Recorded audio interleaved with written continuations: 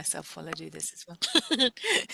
And so what I'll do is if I kick off and just sort of like introduce myself a bit, and tell you why I'm here. I don't, yeah, why you're here. Maybe Helen might say that a bit later, but I think it's probably to support you going forward in terms of the big lottery bid, but also the ongoing training. It's going to be a 2-hour session roundabout. There'll be plenty of opportunity for questions, but if you want to ask questions in the middle, apart from in the film, there's a 10-minute film where if we just watch the film and then save questions for afterwards, that'd be great. Or comments, actually. You might be think, actually, no, Sam, I don't agree with you, which is absolutely fine. Let's talk about that. Or you got something you want to add. You don't actually physically put your hand up, but for the first bit of it, I won't be able to actually see you because I have to optimize the slides for the film. So it means I can't see you. You can see me, but I can't. I think you can see me, but I can't see you. But I can see your little virtual hands. Or if you just hold those thoughts till after the film, and then I will make it so that I can see you again. And we will have a 10-minute break, screen break as well, like I say, just sort of midway point, about sort of 11 o'clock. So, but if at any point you need to leave, that's absolutely fine, and come back in. Like I say, we're recording this session, so hopefully that's nice and clear. If I go ahead and share the slides now anyway, so and I hopefully will see if people are coming in. That's the only thing. Let's just say the host tools. I'm going to take off the waiting room, so hopefully people will just be able to come in. I think that means that's great. We'll see. Brilliant. So I'm going to share the slides. I've never found a way of doing this without talking my way through it. So just have apologies, and let's just go back to the first slide. Right. So Helen, can I just check? Sorry, could you just quickly unmute Yeah. and you can see that? Brilliant. Yeah. If Yeah, everyone can keep on mute while going through the slides, that's super useful for me. Otherwise, I get a little distracted. So yeah, we'll kick off. So my name's Sam Bowen. Some of you may have heard about me or of me, or even come to my training before. If so, hello again. And others might not. I've been working in the sector for, I think it's 28, well, it's definitely 25 years working, but I volunteered for 2 or 3 years before that as well. So in the sector about 28 years. And I've done everything from being a curator to a very large open air site in Kent, to head of learning for Leeds Castle set up, which isn't in Yorkshire, confusingly. Leeds Castle's in Kent. So I set up the education department there. So I've got a foot in each camp, really, curatorial, but also in learning, and I suppose more lean to learning nowadays.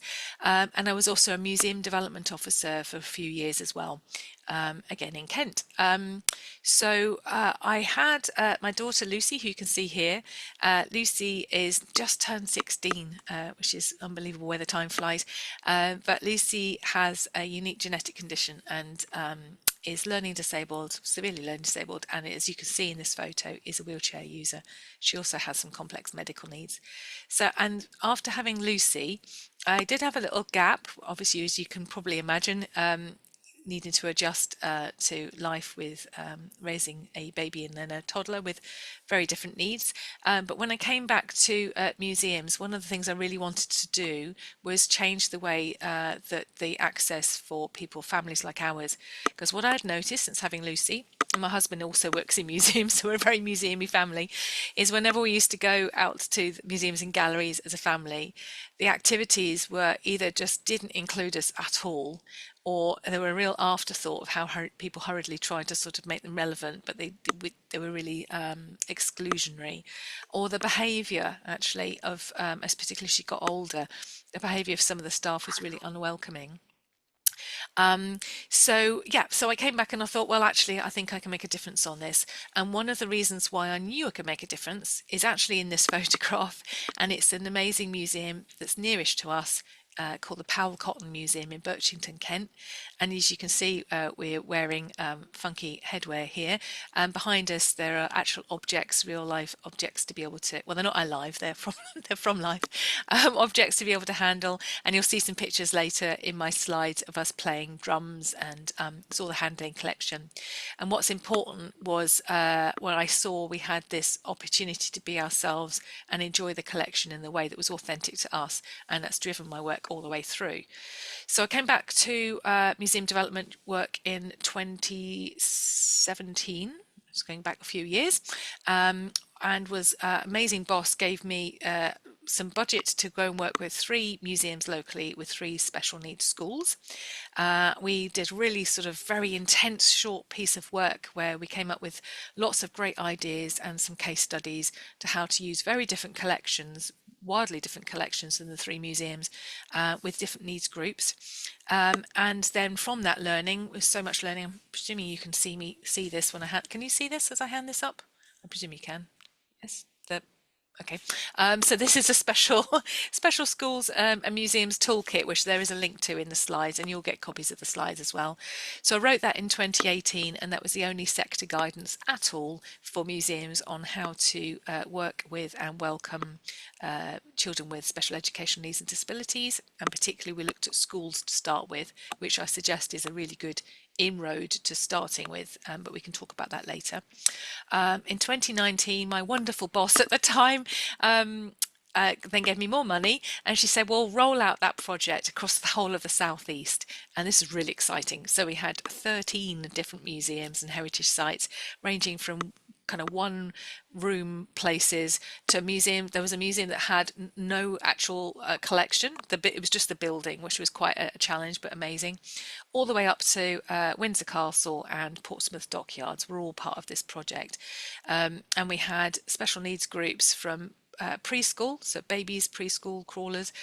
We had home educator groups, for which SEND is quite a large proportion, and we can talk about that later as well as to why. And we also had some post-16 learners, so some college learners with special educational needs and disabilities. So we've got some amazing case studies, and 13 case studies, and so much rich learning. And then we had an amazing one-day conference, and this was in summer 2019. You can see where I'm going here. Everyone's like, yeah, this is it. I had all the major fundraisers at that conference. It was really the next big thing. Finally turned a corner, and managed to do a lot of work within 2-3 years. And then, of course, the pandemic hit. So the following year. So that shifted everything, and in a way gave, in a weird way, gave it a boost in that respect, that there were a lot of people on furlough, museum people, who really had an appetite for training online, and so this is where the training moved to being online, and also a lot of empathy for the group that we're talking about, and the families who had been marginalized and treated differently, basically, because everybody was having a very different life at the time. So everything really kicked off through 2020 and 2021, and I got Arts Council funding at the end of 2020, because ask a busy person and everything, to create an amazing website, a huge portal website with lots of people's help, and that is called sendinmuseums.org. So after this session today, hopefully you've whet your appetite to want to learn more and do more. The film that I'm going to show you is part of that project as well, was an advocacy film. So it's a 10-minute advocacy film that I made with a award-winning filmmaker and some wonderful young children and the families. That partly was one of the roles I was needing to do, was advocate a lot more. But I'm really grateful to say that a few years on, I actually haven't counted how many people I've trained, but it's got to be in the thousands. And I've spoken in online conferences in Taiwan, online in my home office, and China, and all sorts of places, who are also taking this on as work going forward. So it's really exciting, and I've won a couple of amazing awards, which is nice, but not what it's really about. But what's important is it makes it more high profile in our sector. So if you've heard of Sending Museums, this is where it all started, and it all actually started, yes, with me, but actually because of Lucy, and she's still very much part of my work, and we still work together with stuff and review things. So that's really the beginning side of things. And I used to, when I gave this, I've done this training so many times, I used to give quite I've actually been asked to give trigger warnings actually at the beginning of my training, which I don't need to do anymore because I've adapted it. But if I told you that her diagnosis was given to us in a really negative, bad way at birth, then that's sort of softening what actually happened. But I think going forward, that's important for you to know, that actually some of the Some of the families that come to see you potentially have been going through quite a rough time because this life isn't necessarily that easy, navigating the system. So just being gentle with people is one of my my biggest sort of asks, really. So I'm hoping this little black bar at the top will recede. There you go, there it goes. Objectives for today's training. So we're going to learn why Send family visitors are an important part of your visitor profile. We're going to gain an understanding of the key concerns that families like mine have about visiting museums.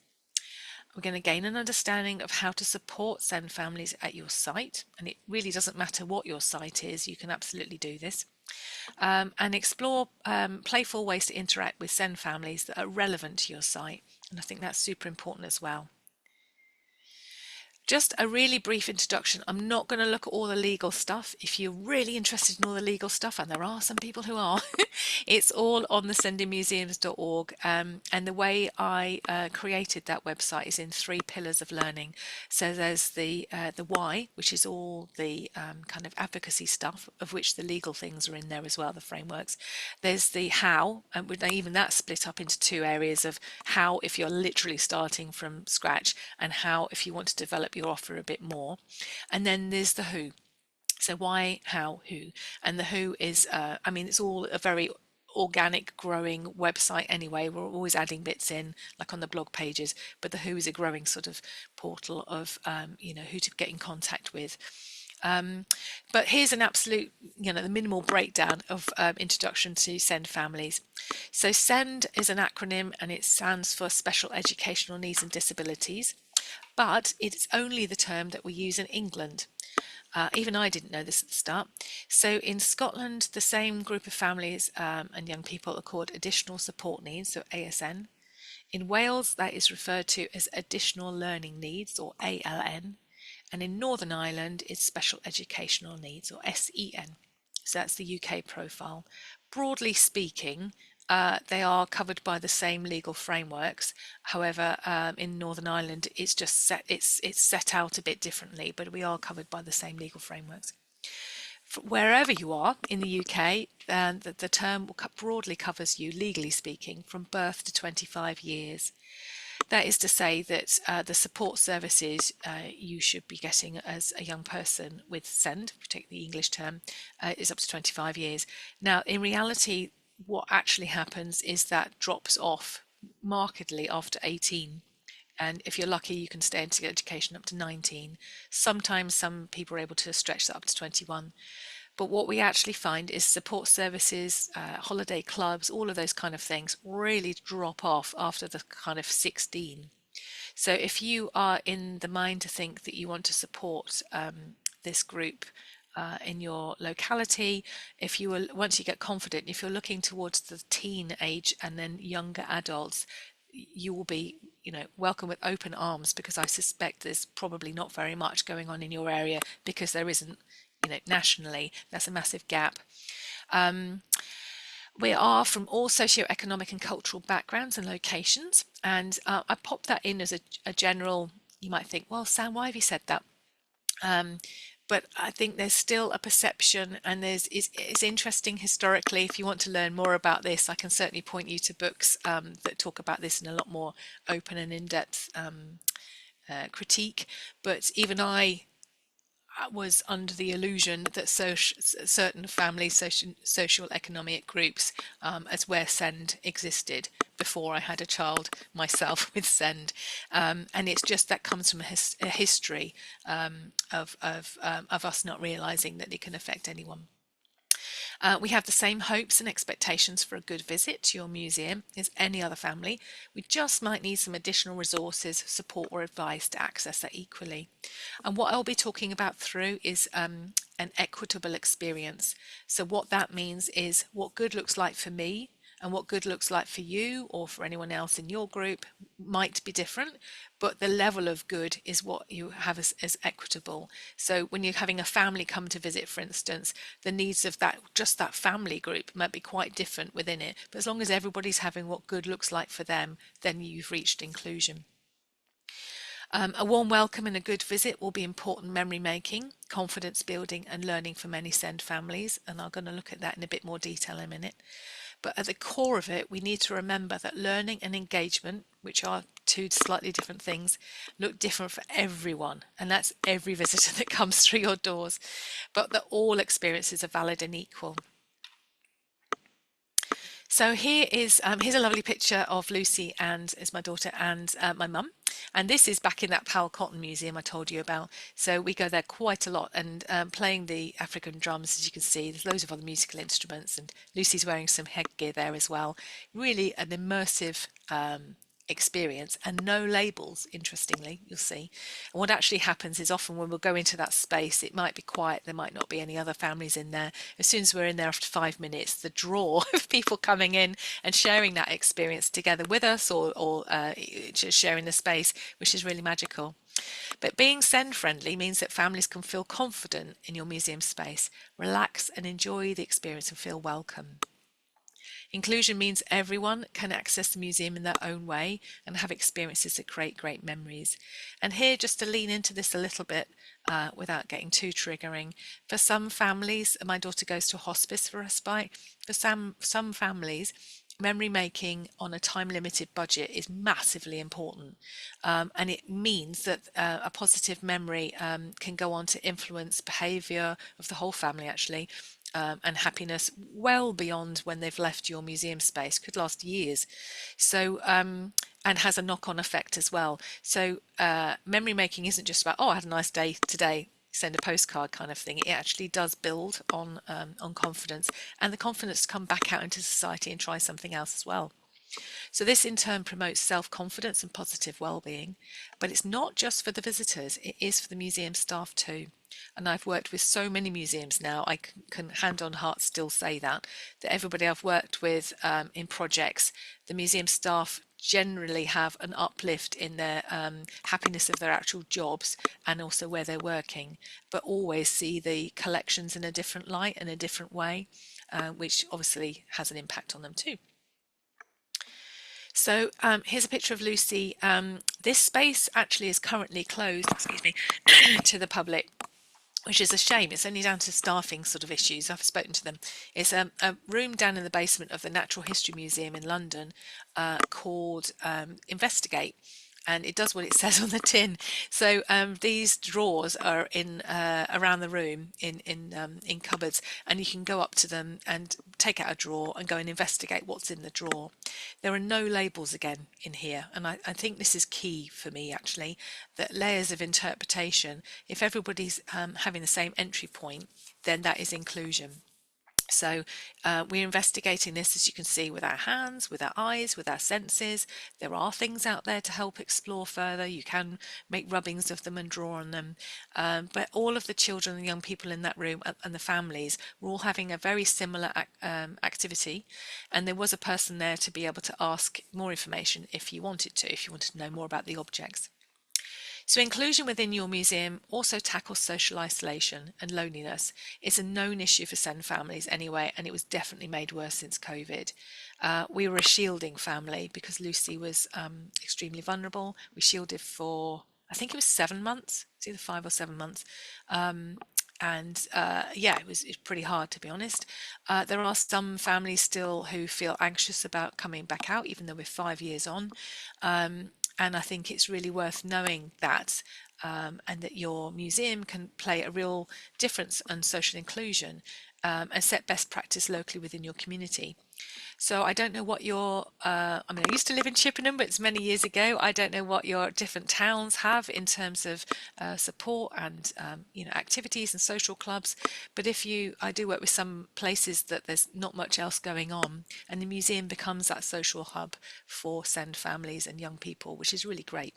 So that also puts a lens on equality, making disability visible in museums, but then for your other partner organisations, for your local authority, for your cafes, leisure centres, anybody that you're sort of linking in with that could, potentially make a good day out, you're raising the bar for them too.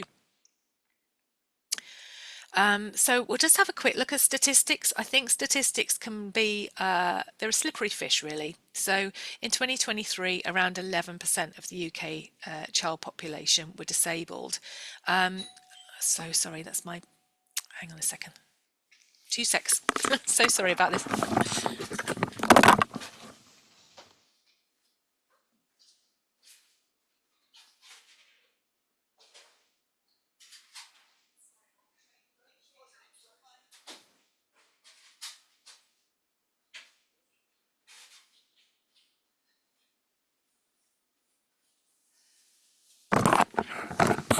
Apologies if I hadn't gone then. I think the doorbell would have kept on ringing. Right. So this is from Scope, who's a national disability charity. They say about 11% of children in the UK disabled. When you see the film later, I say 9%. So that's just showing how 2 years on this is going up. And it does go up about 2% every time that they do the statistics. So it's important to know that that 11%, actually we could be looking at least doubling that when we're talking about the numbers of children affected by access needs of a disabled child.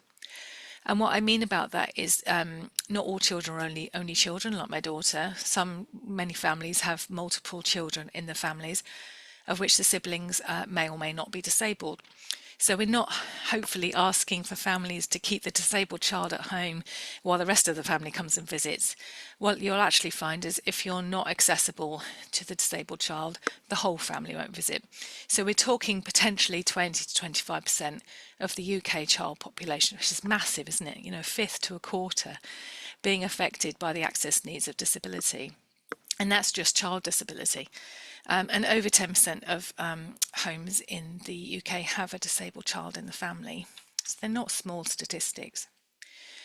But some quotes here, I think, and I know that the dates are sort of getting a bit later now. So the Scope one now is a Time report in 2018.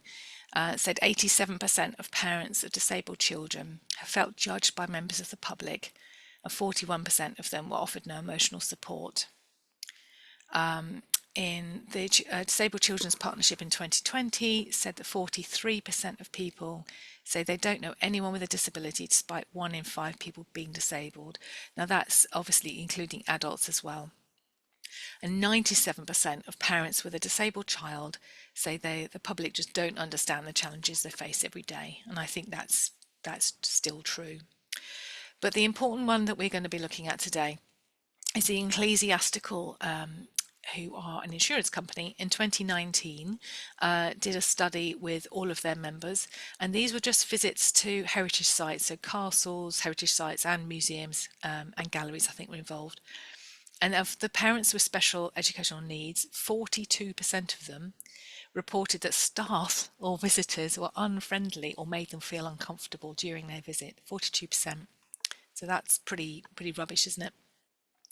So in 2020, September 2020, so we were thinking about, the idea of coming back out of the lockdowns and what we were going to be doing and how it impacted families. I work with kids in museums, who I'm a trainer for them as well. We did a survey just of SEND families, and I'm going to whip straight down. I mean, it's really interesting actually, looking at of the other statistics here, how many actually visit for education. It's less than a third. Most people are visiting for family time, so that's super important, that the fun element and the memory making, we really honour that, because that's why people are coming to visit you. But if you look at the last statistic at the bottom, that 40%, very similar to the Ecclesiastical, and this was a year later, want SEND aware staff and visitor welcome, which is what we're doing today. So the visitor welcome, you can have all the amazing bells and whistles when it comes to accessible resources, programming, activities, all that kind of thing. But if it falls down on the welcome and people not feeling necessarily that comfortable coming into this museum space or staying in there, then it all sort of all crumbles really. And what I talk about often when I do my advocacy training is thinking of museums as a stick of rock. So I don't really like the whole pyramid system of like the person at the top being the most important. For me, everybody who works and volunteers in the museum is as important to the visitor as anybody else. But if you think of inclusion, or SEND if you like, running through your stick of seaside rock, presuming everybody knows what Seaside Rock is, because I've done this training in Japan and they didn't know what Seaside Rock is, but it only works when you do. Obviously, the word needs to run all the way through. So from the visitor welcome at one end, all the way through, if you imagine, to the other end being like the CEO and the trustees, and who probably will never meet the visitor. The commitment to inclusion, send inclusion, needs to go all the way through that stick of rock without any breaks. Otherwise, it all just kind of, it all just falls down. So super important that the people who are welcoming everybody are on board with this. And then just one last bit about when I do the advocacy, you'll be surprised, and luckily things have changed a lot since when I started. But people used to say, "Oh, Sam, yeah, that's a lovely idea, but why bother? Is it really that important?" And the statistics usually get people on board thinking about the numbers of people we're talking about, but this definitely does. And it's called the Purple Pound, which is the economic spending power of disabled households. So obviously we're not just talking send, we're talking that 1 in 5 being disabled across the UK. But it's £274 billion every year. Globally, that's $13 trillion. Now, I don't want you to go away from here thinking, gosh, they're all flush, aren't they? They're all rich. That will go to them to fund our new museum. It's just basically quantifying the numbers, basically, of people. And obviously, as customers, we want to come out and spend our money, hard-earned money, just as any other visitor does.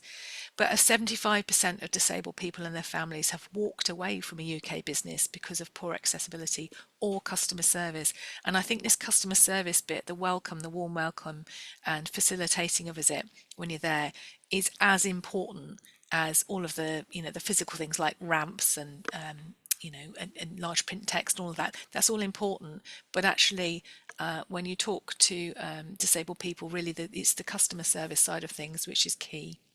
So if you want to look at more information on this, there's the wearepurple.org.uk, and it's really fascinating. There's no specific heritage sort of thing, but if we put ourselves under the high street shops bracket, and then £267 million every year lost because of people walking away from that trade. So I don't think there's anyone on the call that needs to know necessarily this, but I do still pop it in because in an advocacy tool, if you do need to sell upwards to your governance or maybe even a funder and just say, well, actually, this is really a valid audience that we want to be attracting, then this usually does do the trick for them. Instead of just listening, though, to what I say me bleating on as one parent, I have asked other parents in the past about what would like me to let museums know during my training. So here are some quotes that I'll read through. So one parent has said, don't patronise. Look at the family as a whole, because often siblings can be overlooked too. Open communication with visitors on all levels. I've always appreciated staff that took the time to speak to my disabled son and make small gestures and efforts without overdoing it. And the overdoing it bit, we'll have a think later about the interactions we can have. It's super easy to slide into the overdramatic, but actually just doing things normally, I guess, is my top tip for that. Do point out where we can find accessible spaces, so the loos, etc., and let our kids explore the space in ways that are natural to them. Remember, not all disabilities are immediately obvious, so don't make assumptions and be kind. There's the term invisible disabilities is something you've probably come across. Please don't ask what's wrong with our children. There's nothing wrong with them. And yes, that has happened to me several times. Maybe they could ask if there's anything we need and talk to our kids completely normally. Do be understanding. So for instance, if a carer says that a person struggles with waiting, or for instance queues, or there's certain triggers, for instance in the lobby, do listen to them. And again, we can talk about that later. We can have an open conversation about that if you like. So basically the warm welcome, nice friendly smile, first impressions count, just like any other customer service. Letting families know who they can approach if they need anything and being asked how their experience was before they leave. And I'm going to show you later a tool that you can use for everybody, even non-verbal children like my daughter, to be able to get their response and get their feedback. Also noticing if the family may need some extra help and support and asking if there's anything they can do. And remembering, I think, as well, that sometimes people are embarrassed to ask for help or or they just feel pressured. So noticing, it's about really being human and noticing those visual clues, and not necessarily marching and say, I'll take those bags for you, or going and physically doing something, but just keep on being reassuring and just go, I'm here to help if you need me. Please literally ask me anything. And that will just make everybody feel much more comfortable. So there is something called the threshold fear, and it's a genuine fear of the unknown, of coming into a museum space. I'd actually argue, I think, that this isn't just a SEND thing, that quite a few people would have this. It could be that you've got a really intimidating building, or that somebody has got really bad experience and negative memories from school of coming to museums, for instance. But also it's coming into a new space. So what's the layout? What are the physical or sensory barriers and triggers? And we can look at that in a little bit as well, what those are. What are the staff like? Again, there's a misconception that people that work in museums are a bit sort of stuffy. We're obviously not, are we? But if that's what you think, you might be worried about coming into the museum anyway. What's the expectation of our behaviour going to be? So this is still this belief that museums are quiet, hush places, a bit like libraries, and you mustn't make a noise. That's going to be a problem for you if you've got a kid that makes noise. Are there facilities that will meet our needs? Do you have a changing place loo? If you need one, where's the nearest one, for instance? What prior knowledge or understanding as a parent will I need to enjoy this space with my family? So for instance, will I need to know about history? Or actually, can we enjoy the space in a way that actually I do not need to know the subject matter? We're just enjoying the objects in the space as well, and the stories within it. Importantly, what will happen if my family has a medical emergency, for instance? So that could be a seizure. My daughter has epilepsy. It's incredibly common within the community I'm talking about. Or a meltdown, for instance. And I will look just briefly later about what meltdowns are. Will we be welcomed by staff and felt included? So that, remember that 42% and the 40%. Will we be judged by others, or ignored, or asked to leave? Now read that again, and which one looks familiar to you for any parent or adult visiting with kids? And I'll say, particularly if you've ever visited with anyone that's under 5, you will have probably thought of all of those things and thought, gosh, are we okay about going into this museum? How welcoming are they? Family welcoming. So I'm just going to show now this 10-minute video. This is the advocacy film that I had made as part of that project for the Arts Council in 2021. As I say, it does reference 9%, but that's already more than that. We'll have some thoughts when you're watching this film. You may have already seen it, so if you have already seen it and think, oh, I'm just going to watch it again, go and look out and think what one thing stands out for you as a moment that goes, I didn't think that, or really impacts you, because there'll be lots of moments in this film, but we will talk about it in a minute. So it's 10 minutes long. Hi, my name's Sam Bowen, and I'm founder of sendingmuseums.org. Museums are magical places which can present meaningful moments of wonder and experiences for people, everybody. I'd really like to share with you in this film how you can make that possible for families and schools with SEND children.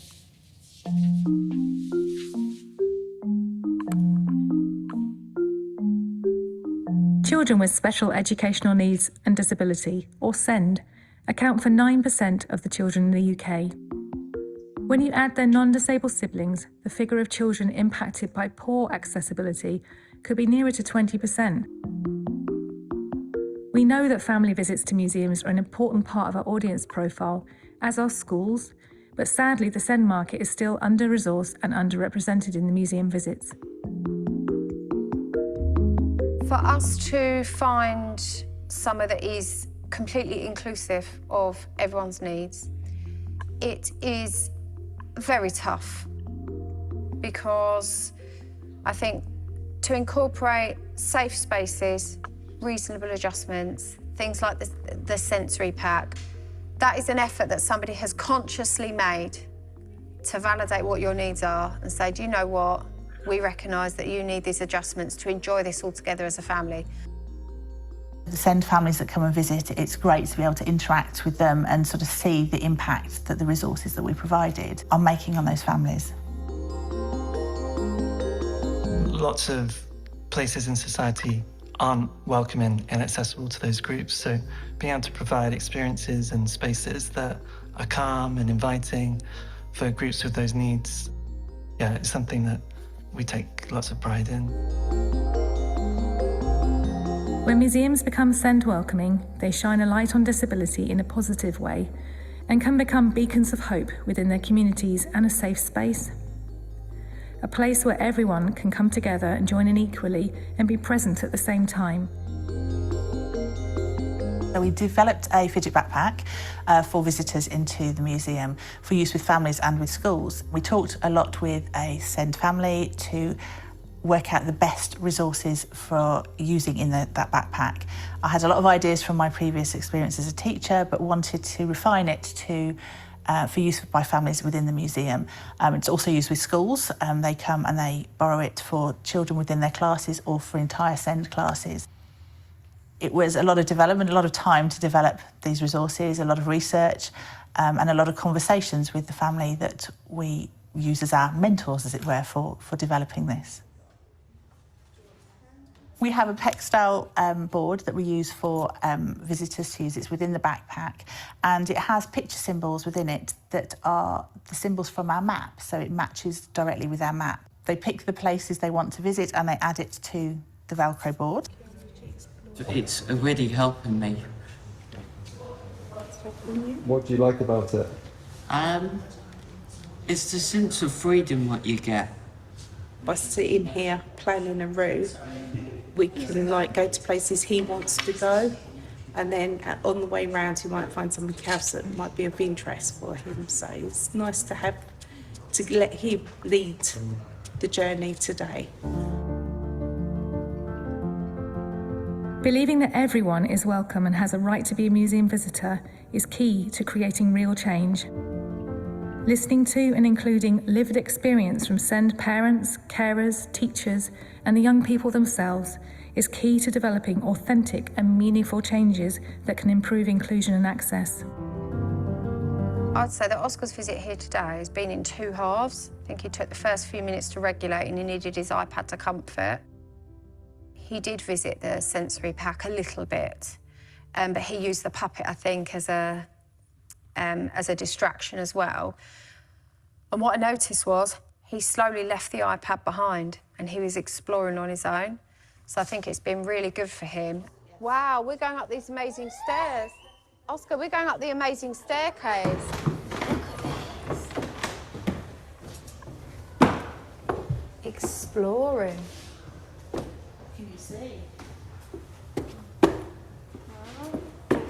Oh. He drinks in so much information and memorises so much. It's because a lot of it, you can't change it. It's history, it's nature, it's all those things that are unsafe to him outside that he wants to explore, all kind of put in somewhere that's safe so he can explore that in his own time. So really special for us museums, becoming more and more so actually for him.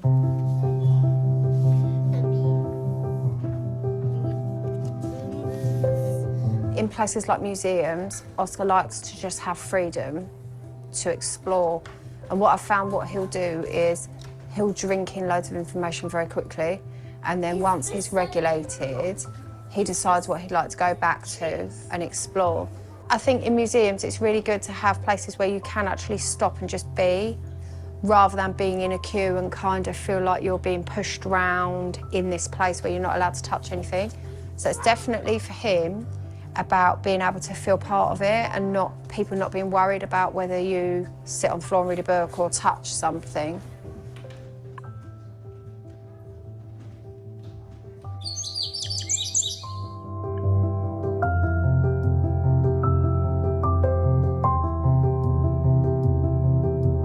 My name's Murray O'Grady. I'm a Collections and Learning Assistant at the Beanie House of Art and Knowledge.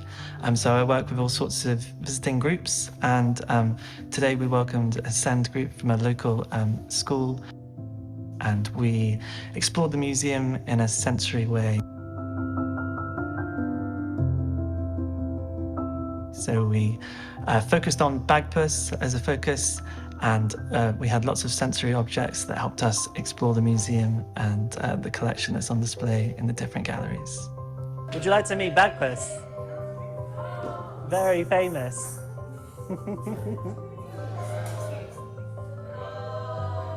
At the Beanie, we're focused on health and well-being. So we work hard to try and make the spaces and our experiences warm and welcoming and accessible and inclusive. It's really rewarding having a job where you're working very directly with the community and you're seeing instantaneously that you're having an impact, providing an experience, making people calm and happy. And so working with SEND groups gives you that sense that, you know, you are making a difference.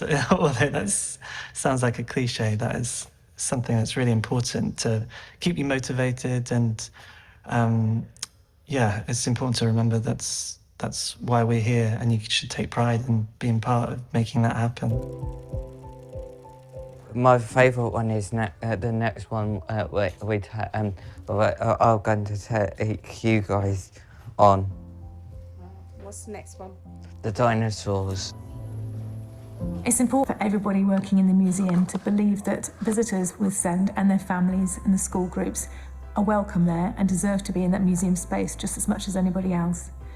Learning is so many different forms and it means so many different things to different people. And museums are there for everybody and can welcome them in their own way. That's one of my favourite dinosaurs, is the pterodactyl. Our website holds a lot of information about access within the museum, but it meant that we can share this information in an easily accessible way before people come and visit. We also have a walkthrough of the museum on there so that people can see, again, before they come to visit, that pre-visit information is very important for them. Listening to and including lived experience from SEND parents, carers, teachers, and the young people themselves is key to developing authentic and meaningful changes that can improve inclusion and access. We as a sector know that this is the case with other audiences, and we are experienced in challenging the perceptions in society about difference and othering. It's time now to do this for SEND. Visit www.sendinmuseums.org to learn how to do this and plan to make this the audience your museum engages with next. Thank you. Thank you.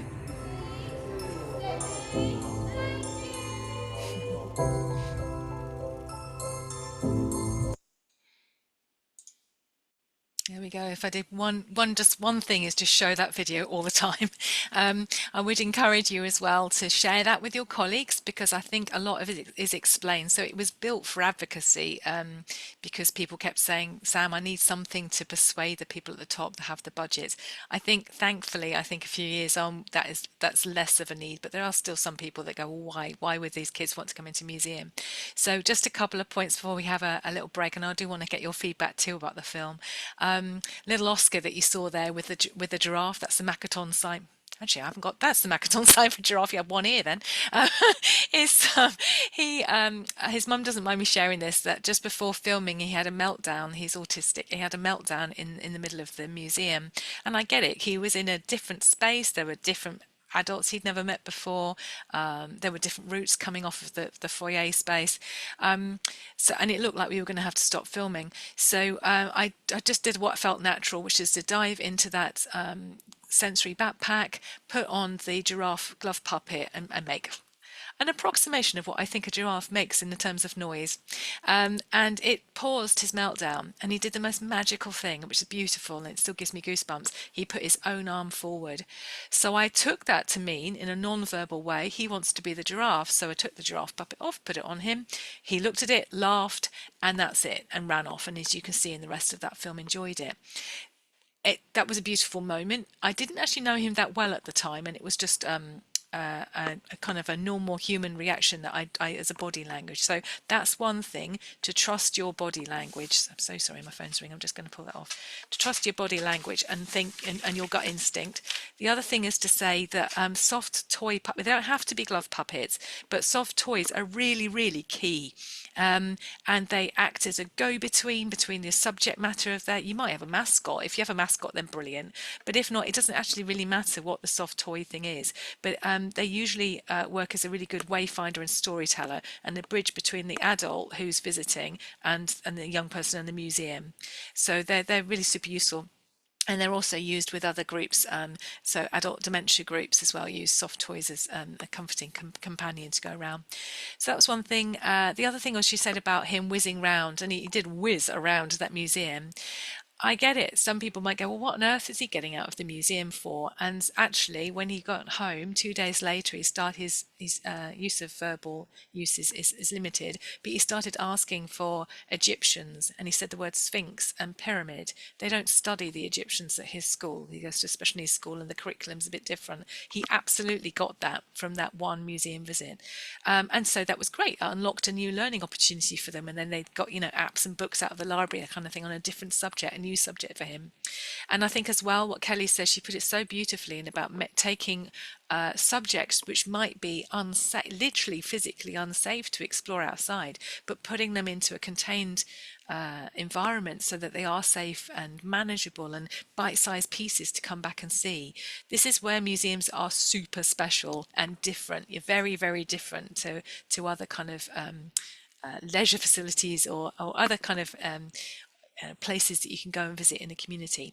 So, and also my last thing, sorry, is JJ. Sorry, I wax on about this film and I've seen it hundreds of times now. But JJ, I was stood behind the cameraman when he said, and what do you like about the backpack? And he just looked straight up in the camera and said, sense of freedom that I get.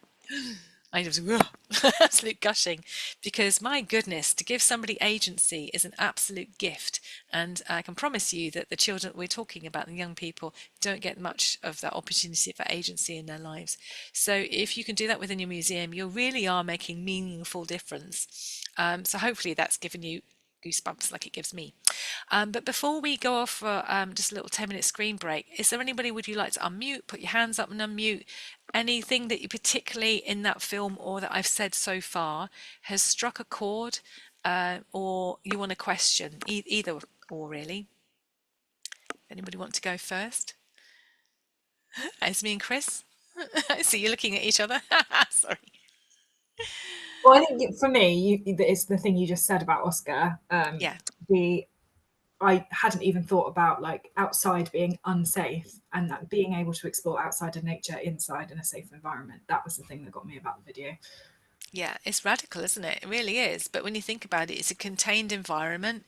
You're also bite-sized looking at pieces. So say you want to look at birds and you only want to look at birds, you've got a display about birds, you can do that.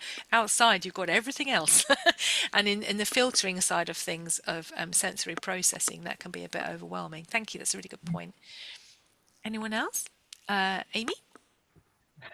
Yeah, I was the thing that really stuck with me actually was the Velcro boards. So I've seen those used by schools to explain the day, but not to plan what they're going to see in the museum before. So I thought that was a really nice, easy thing that could be achieved, where we have sections of the map where they can say, I want to visit the Roundhouse or whatever, and they can plan their own visit. So I thought that was really nice touch. I'd never seen the Velcro boards used in that way before in the museum, so I like that. What you probably are saying, and I've got some examples I was going to show you later. So what she said, the speech to text came out as textile boards. What she actually said was PEX style boards. We just never altered it. So PEX are something like, sorry if I can put this up there. These are symbols. PEX is Picture Exchange Communication System, and schools will often use these symbols. Sorry, can I just? This is an example of something I've done. So these are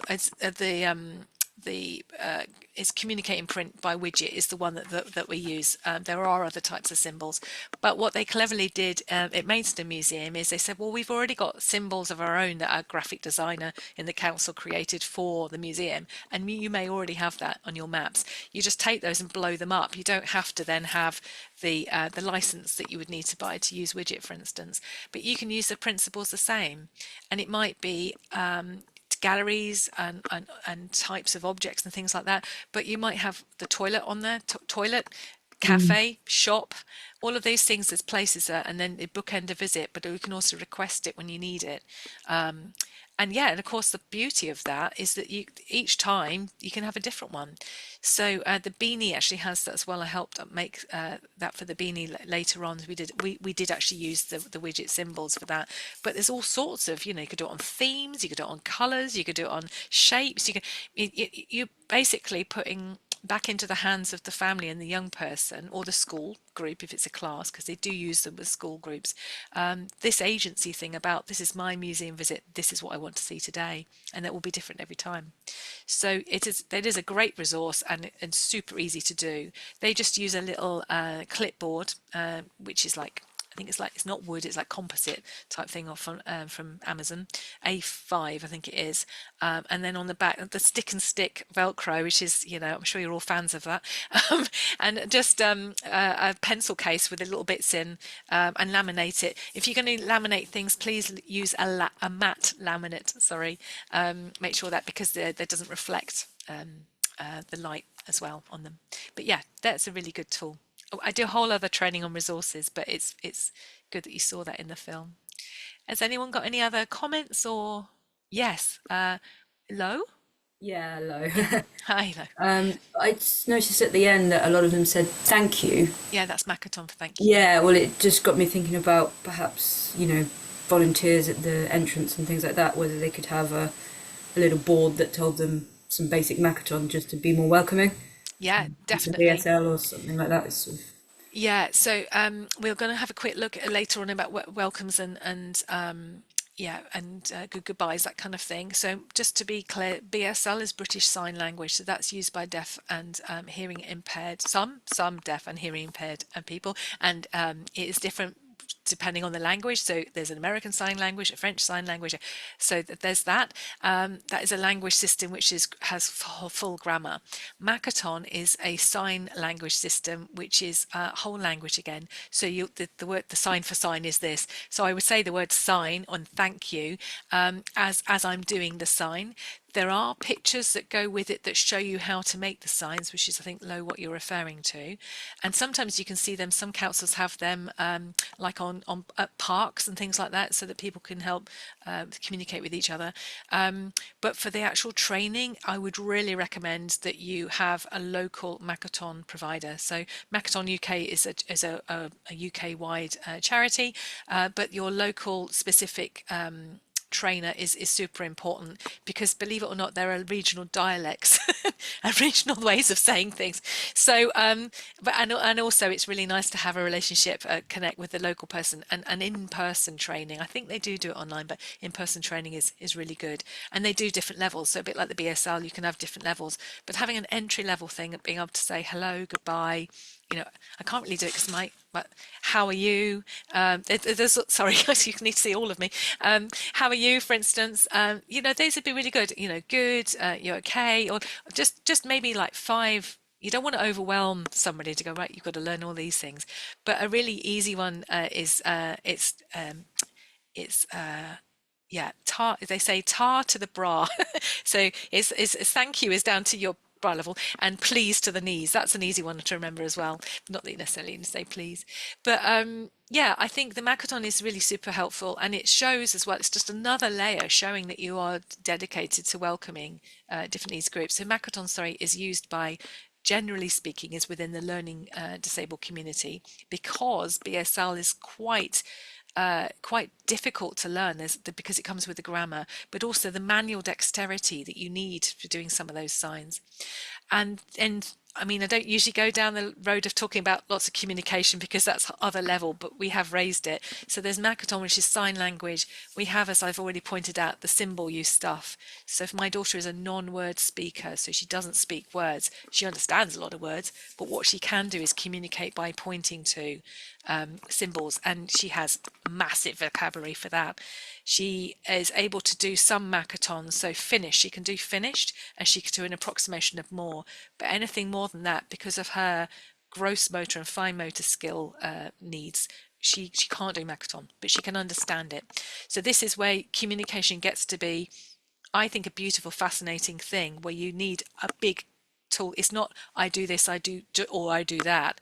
We all communicate with our body language, as I'm doing at the moment, and you just keep speaking, because you must always assume understanding is the baseline. Assume understanding until told otherwise, and use it, have in your kit bag lots of different ways of communicating, and yeah, remember that you're communicating with the whole group, the whole family, or the whole class, and not just to the adult that's with that young person as well.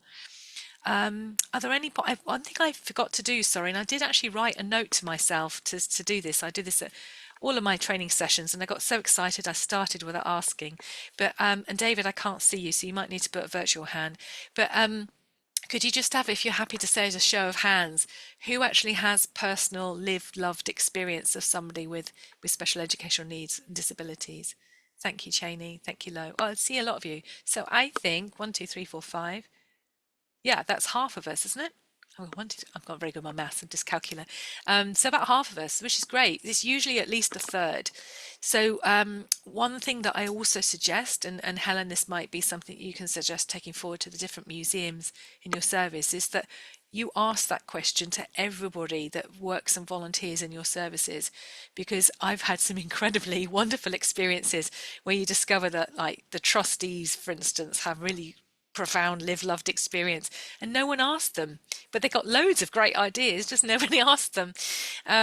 And so what you got then is the golden goose egg, really, of somebody who loves the museum and the collections and the stories that are in the museum, and also has this really rich, useful advice and support that they can give going forward if they want to. They don't have to. The term lived loved experience is one that I've created, and the reason why I did is because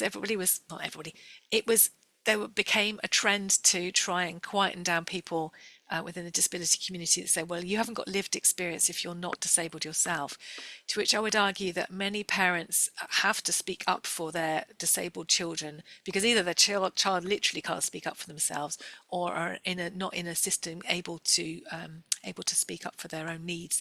So the lived loved bit is, you may really know somebody who is a cousin or a niece or a nephew or a grandchild, and you're not actually raising them, but you love them and you're very connected to them. Or maybe you support somebody, or maybe you're a teacher and you know their needs as well.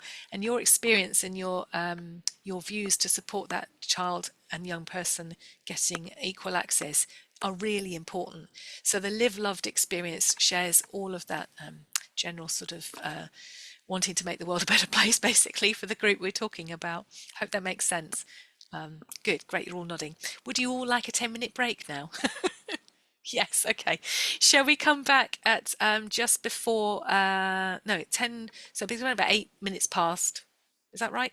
Yeah, 9 minutes past, something like that. 10 minutes, go and have a cup of tea, go and look at some natural space if you can, look at something green, that'd be really good. And then we'll continue in a bit.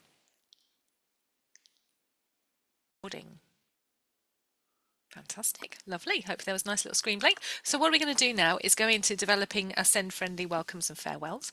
We're going to have a few slides, and then, well, if you're all up for it, some little brief breakout, just have a chat and have some ideas between yourselves. So I shall go back into the sharing slides. Okay, there we go. Hope you can see that one, and hopefully the black bar at the top will recede in a minute. So developing SEND-friendly welcomes and farewells. I must just say as well, this is literally a brief overview. This is by not all means an exhaustive list of things to do. It's just as a dipping our toe into the water and starting to think about these things. And also the ideas that you come up with yourself, do bank those down as well, super relevant. Because remember, you know the museums. I haven't been to your museums.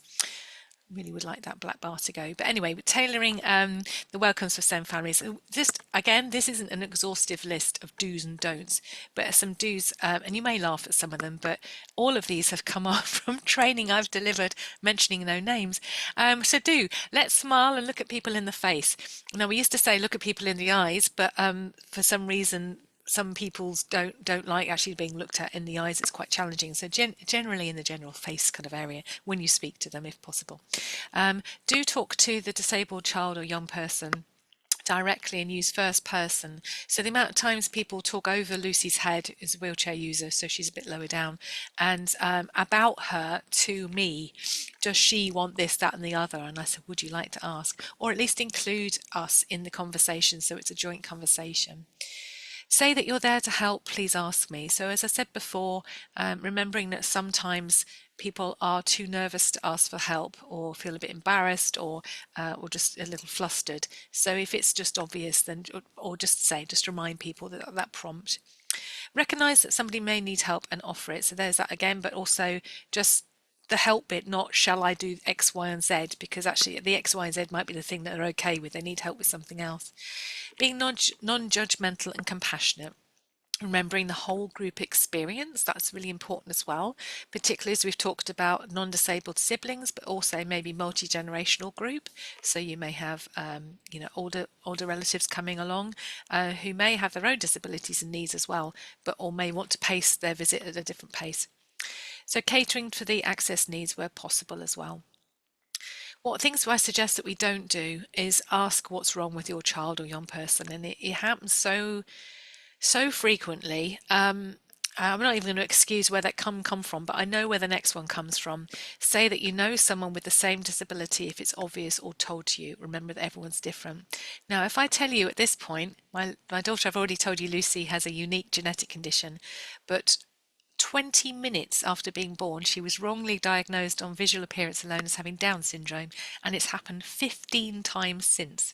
15 times, and she's only just turned 16, and a lot of those times have been from medical professionals, but I've also had people running over the street to us with real love in their hearts. I mean, I have to say it comes from a warm place from some people going, I've got someone with Down syndrome in my family, or my nephew or my uncle, whatever, to which I reply to the doctor who sat next to me once and said, could you please tell me what it's like to raise a Down syndrome child? And I said, well, A, she doesn't have Down syndrome, and B, even if she did, then you're asking me my experience of raising my child, not Down syndrome generally. And that's the thing about where I say use needs-specific language, not diagnosis language, because a diagnosis does not see the real human being. So I hadn't counted them, but there's quite a few of us on this call with glasses. That, I'm sure we may have other things in common with each other, but we can't just group us all because we're wearing glasses, which is a diagnosis for our vision.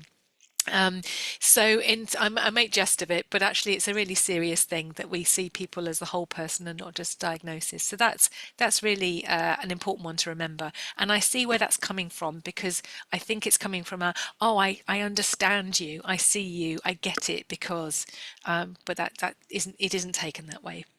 I'm sure no one on this call would do this, but I have seen it happen. Don't ignore people, tut, shake your head, or look disapprovingly, no matter what the situation is. And you have to dig deep for that sometimes, I get it, but you just don't understand really what's causing that behaviour. Don't pass the buck. If you're approached, then you need to try and help then. So the visitor is not interested in staff roles and who's responsible for what jobs. And that often happens in the much bigger organisations, in the nationals, where you'll get, particularly if something happens at the weekend, oh, Jeff is responsible for access and he only works Monday to Friday. So that's happened before. And also the last one's really super important. Don't take it personally, because stress behaviour can sometimes make people seem angry when they're often scared or embarrassed, and that's just about being human. We are all guilty of that, I guess, at some point. So some things that can help. You may have heard of the sunflower lanyards. Maybe your museum actually operates this, in which case sometimes it's useful to at least acknowledge that you understand what the sunflower lanyard scheme is. Or some museums I've seen, they've had like Perspex boxes on the front desk with loads of sunflower lanyards in, which people can borrow if they want to. People, generally speaking, will have their own, but they might have forgotten. The sunflower lanyard is to indicate subtly about hidden disabilities, and it's all here on the hiddendisabilities.com website if you want to find out more. It's really interesting. It actually came about from, I think it was Gatwick Airport, where they recognised they needed a subtle scheme so that their staff were able to identify quite quickly, customers who might need support help, and that covers everything from neurodivergence to medical issues that aren't visible.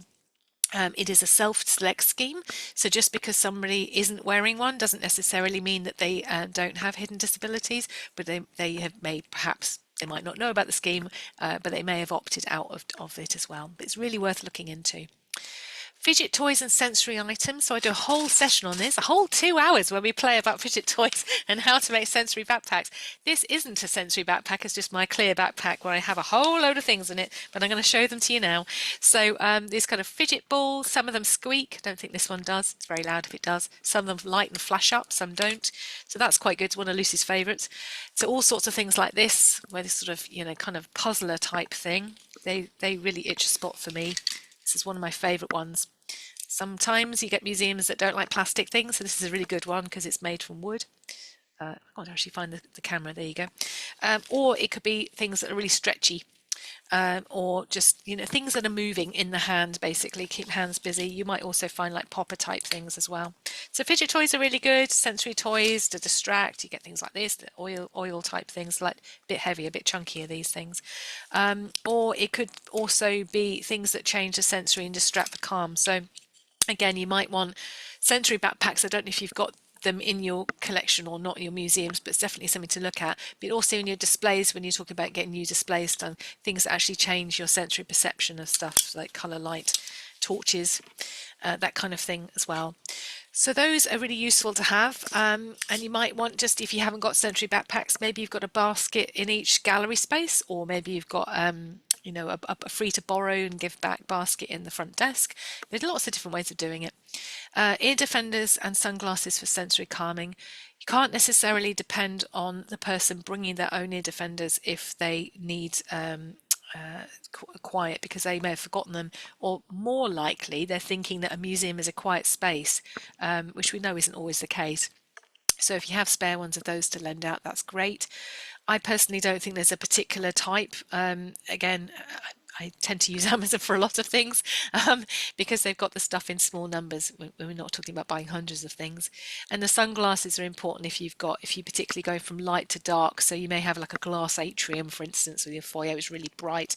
Those kind of places where it's actually the light levels are fluctuating. Makaton we've already mentioned, so please do have a look at makaton.org for just basically find out your welcomes and your goodbyes and happy, sad, that kind of thing. And the soft toys and puppets we've already talked about. If you have a museum mascot, then absolutely milk it for what it's worth. You can use that across into your social media. There's all sorts of things, but in terms of a physical tool that it does, is probably one of my favorite tools for the job that it can do. They're quite remarkable for storytelling. And the PEC symbols, again, that's a whole other training session, but I did just vaguely sort of show you one of the trails that I've created for an outdoor site, so you can do them in all sorts of things like themes. So that was a textures one, but you could do colours, shapes, or you could do the different objects and themes within the museum that you go and find. So you don't have to necessarily do what they did with a cutout and stick on a board type thing, which is a bit fiddly. You can literally just make loads of different trails. And you can do that with photographs as well. So if you don't have access to a symbol software, just do it with photographs and put them, laminate them and say, can you find these things? That's a really simple way in. Again, like I say, I do separate training for that because that's resources. But here's some sort of welcomes for that. Another thing that I create, and you're welcome to use this. So when you get the slides, they will come as a PowerPoint. You can print this off as an A4, laminate it, use it. As long as, please, you always make sure you keep this copyright symbol at the bottom, because that's for legal reasons, for the copyright that I use in the license that I have with Widget. But this is something I created as a really simple feedback form for when people leave. And actually, Helen, for when you're doing your lottery, you need to get evidence for your stage. Your stage. I know you're doing stage 2, but this would be really super useful as well, because hardly anybody asks non-verbal people or people who don't have a speech output if they've had a great day. Hardly anyone. Or they might ask if they've had a great day and then move on to ask the parents, did they have a great day? That typically happens. But what's amazing is if you actually ask the young person themselves, did you have a great day? Or what did you enjoy today? And today at the museum I felt happy, bored, excited, sad. There are obviously a multiple range of options that you could put for this kind of thing. And certainly after activities, you could say, what did you think of the activity? Good, bad, or happy, sad? Emotions are quite a good one to use, or if it's just yes, no, that's quite a good one for answering. And what you may find is a young person may or may not have the manual dexterity to actually tap. Yes, happy, happy, happy. I like the happy one. Or if it's bored or sad, then you know, Helen, you definitely have some work to do trying to make sure, you know, there's things that they really need to be improved, which is great. That's really good to get that feedback.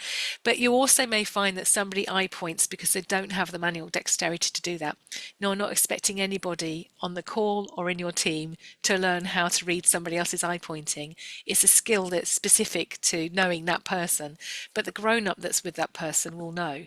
So this is a wonderful example of how you involve the whole group, or at least the grown-up who's with that young person, and you go, I'd really love to ask their opinion. Could you help me? Just say, could you, maybe they might say, yes, I'll take that form, thank you, and we'll do it together, or involve you actually as well. And I promise you they'll be absolutely delighted that you've asked. So some other playful engagement, and I say send family playful engagement. Obviously this is useful for schools as well, but also I think it's wonderful for everyone, all visitors, not just families. But in terms of exploring through, not just relying on the text and the trails and stuff, you know, the verbal trails, actually having an engagement with the museum objects themselves in a sensory way. So you might want to think about sensory exploration. What can you hear, smell, touch, listen? Those are 4 of the 5 primary senses. The other one obviously is taste, which we're not expecting people to go up and lick paintings, hopefully. But you might have an activity where taste is actually an important part of that. So think of those. Becoming the person in the painting, so you could strike a pose as they're doing this lovely illustration here, or you could have some sensory tactile items that were represented in that painting. So I've done this before for Hampton Court Palace. Was a sensory bag where we had materials, which were modern materials. Obviously, I'm not going to get, you know, amazing silk dupion or all the rest of it. That's, you know, proper sort of vintage lace. They're approximations of the things that the person's wearing in the portraits, and I'm not necessarily talking about dress up, although dress up's great. We're literally just talking about pieces of fabric like this, you know. So in this instance, you may have maybe a rubber potato, because I think she's potato digging here, a rubber potato and a hat, but you may also have on an apron, but you may have actually the fabrics of the things that she's holding there, or maybe a smelly cube of the grass or something that they're digging in. So can we also thinking about taking somebody around, so maybe giving them a task to do to give a focus for their visit. So you can see a family is bored or confused, or they just really don't know how to actually navigate around your museum. Go and find something blue or red or yellow, whatever, you know, the colours, or round or furry, or go find the cats if you've got lots of cats in things, you know, because, or dogs, lions seem to be in lots of things actually, dogs always. So giving a kind of a focus where somebody actually goes and finds the thing, and they don't have to have a trail for that. You've just given them some interaction. The mascot and the toy to share is really super useful, as I've already talked about. And in terms of going and creating send backpacks and trails, that's a further on. You don't have to have my training, obviously. I'd love to see you again, but that's absolutely fine. On the website, sendymuseum.org, there is everything you need to know, including lots of examples, and also the visual stories that we haven't talked about today, but that is another thing that's super useful as well. And there's also, we worked with an artist, so this picture is from Charlotte Firmin, and she was one of Peter Firmin, Bagpuss fame, one of the 2 Bagpuss creators, one of his daughters, one of his 6 daughters. He had 6 daughters. Sorry, that always surprises me. Anyway, she is an illustrator, an amazing artist, and she worked with us to create these wonderful send accessible resources, including these trails. So I think there's 18 of them, and they're on, this is the link which I'll share with you on the slides.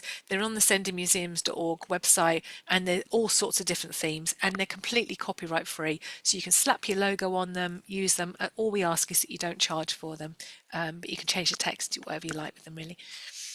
And then welcoming in the send schools. So I often get asked, oh yeah, Sam, well, that's fine for families, but what about schools? And I would say a lot of it's the same principles.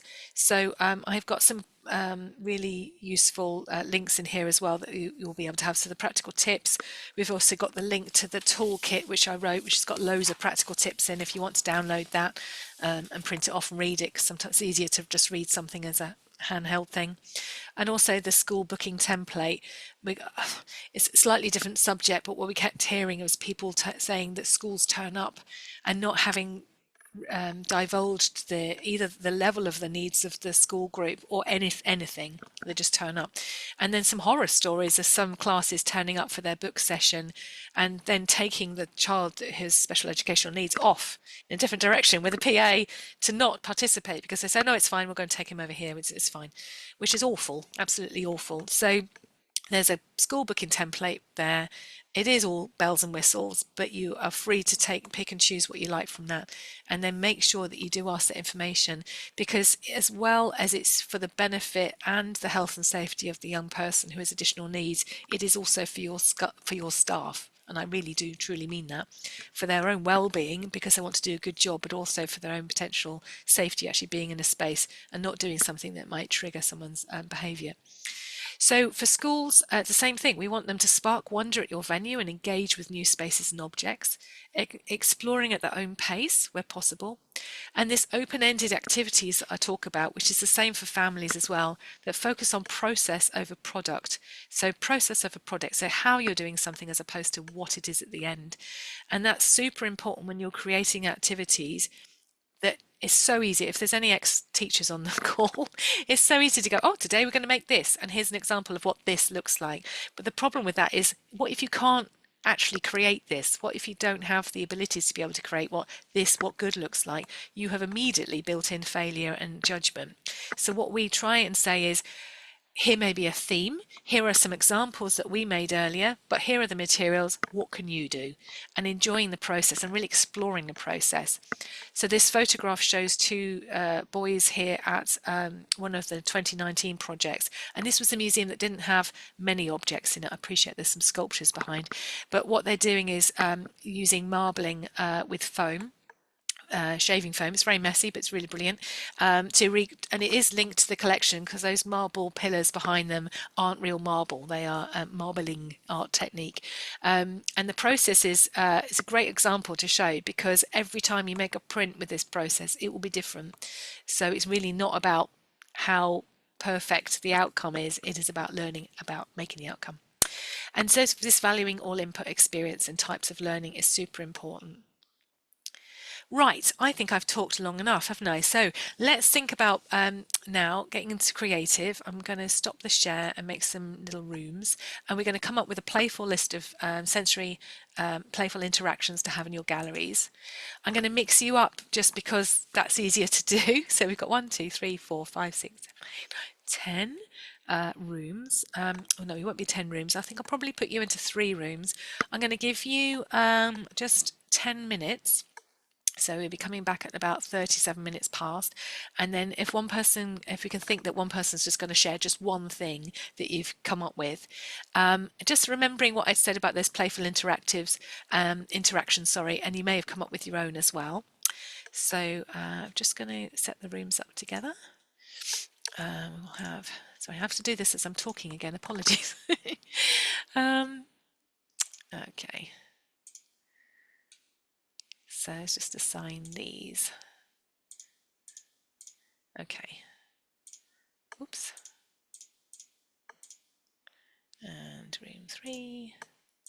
Brilliant. So you're going to have 10 minutes and pick a person to be able to feedback just one thing, and go and have fun. And then just talking about how you can have some playful interactions, or it might be some playful welcomes and goodbyes. Have a think about those as well. Okay, see you in 10.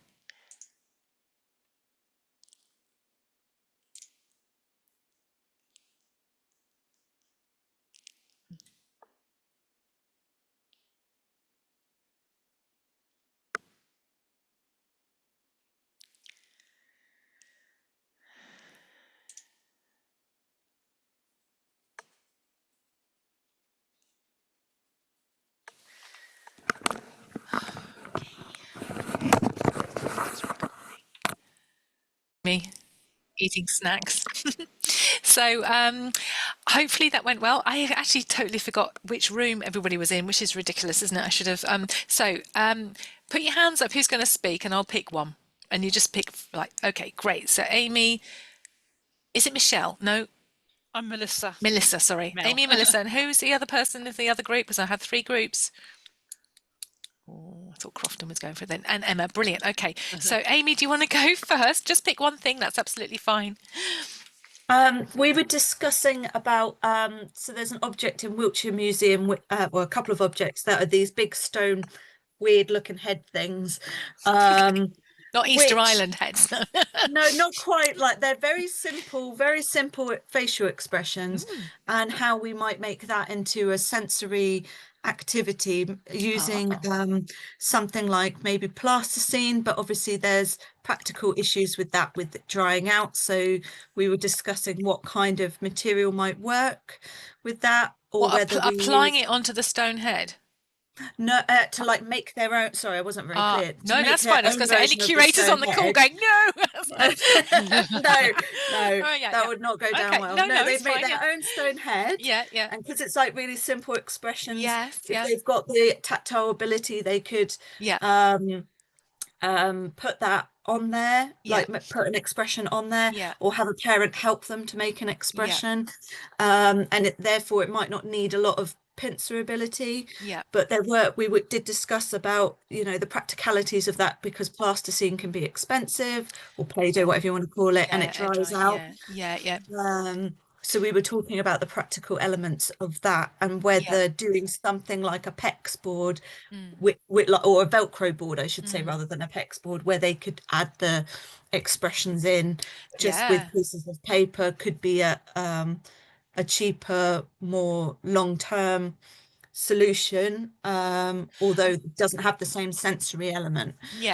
So is this part of an actual, because we're going into activities now, which is absolutely fine. It's your training. If that's where you want to go, we can do that. So that as an activity, I could see how that could work in so many different ways as well. So you could different options for mark making, you know, picking up tools, even like pencils and things, to be able to prod little eyes and things. It doesn't have to be that much manual dexterity, but you could also have printed off the actually I've not got them with me, the, you know, the faces, the symbols of the faces. It would just draw your own even, and picking moods and emotions. That would be something too. But in terms of so were you thinking it on gallery, as an in gallery, as as something as a way of inspiring, as an interaction? Yes. Then you want a low key, non-dirty type, as in not getting your hands dirty type thing. Then maybe having the different faces, the different moods and emotions, and you know, maybe picking, or which emotion do you think this face is making, or what do you think this person's thinking, this sculpture thinking, maybe.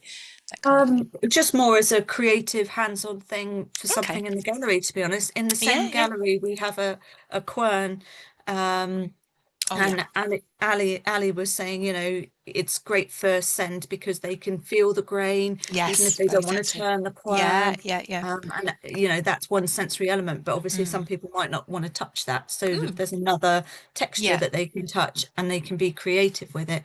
But no, I like your ideas for how you could make it into a whole activity around emotion. I hadn't even thought on that level. Well, even again, things that are easy to reuse aren't dirty. So air dry clay, you've got an ongoing expense. It gets your hands quite dirty. You're going to need, you know, wet wipes also. I mean, that's nice for an activity that's just a drop-in activity, but an on-gallery thing, which is a part of an type of interpretation and engagement, you want things that are quick and easy to do and to reset. So there's that, and there's another museum I go to quite a bit that has, like, you know, do you remember fuzzy felt? Anybody old enough to remember? Hey, everybody loves the fuzzy felt, So they've done kind of the equivalent of that, but they've made it themselves. You can buy sheets of felt, you know, and they've done it with Velcro. So if you get the stick and stick Velcro, the one that's got like the scratchy surface will stick onto. So you could have a massive face and lots of different, almost like a Mr. Potato Head, but done in felt, that kind of thing. So yeah, great, love it, brilliant. Can we move on to Melissa? Yeah, I've changed my name so you know it now. Oh, thank you. So, yes, I did write it down, Melissa. Terrible short-term memory for names. Yeah.